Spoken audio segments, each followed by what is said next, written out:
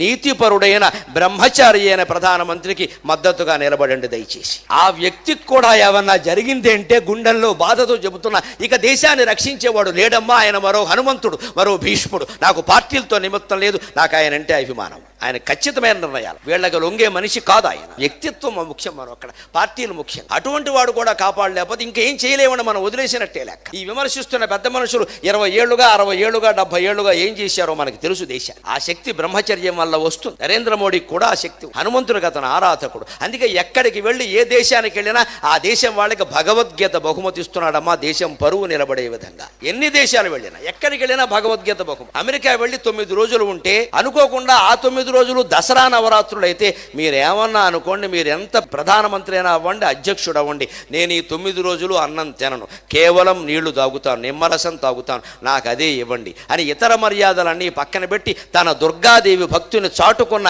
ఏకైక లౌకికవాది, ఏకైక భారతీయుడు నరేంద్ర మోదీ. హిందువై పుట్టడం పాపం అయిపోయిందండి ఈ దేశంలో. మిగిలిన మతాల వాళ్ళందరూ లౌకికవాదులే, హిందువులు ఒక్కళ్లే మతతత్వం మూర్తీభవించడం. హిందువులకి ఈ దేశంలో కూడా గౌరవం దక్కకపోతే విదేశాల్లో ఎక్కడి నుంచి దక్కుతుంది? రామాయణం చదివినవాడు, సుందరకాండ చదివినవాడు, హనుమంతుడిని ప్రేరణగా తీసుకున్నవాడు. కాబట్టే ఉగ్రవాదుల పట్ల ఎలా ఉండాలో అలాగే ఖచ్చితంగా చెబుతున్నాడు. నిన్న కూడా చెప్పాడు, నట్లు బోల్ట్లు బిగుస్తున్నాయి, అందుకే జరుగుతోంది, కంగారు పడకండి అన్నాడు.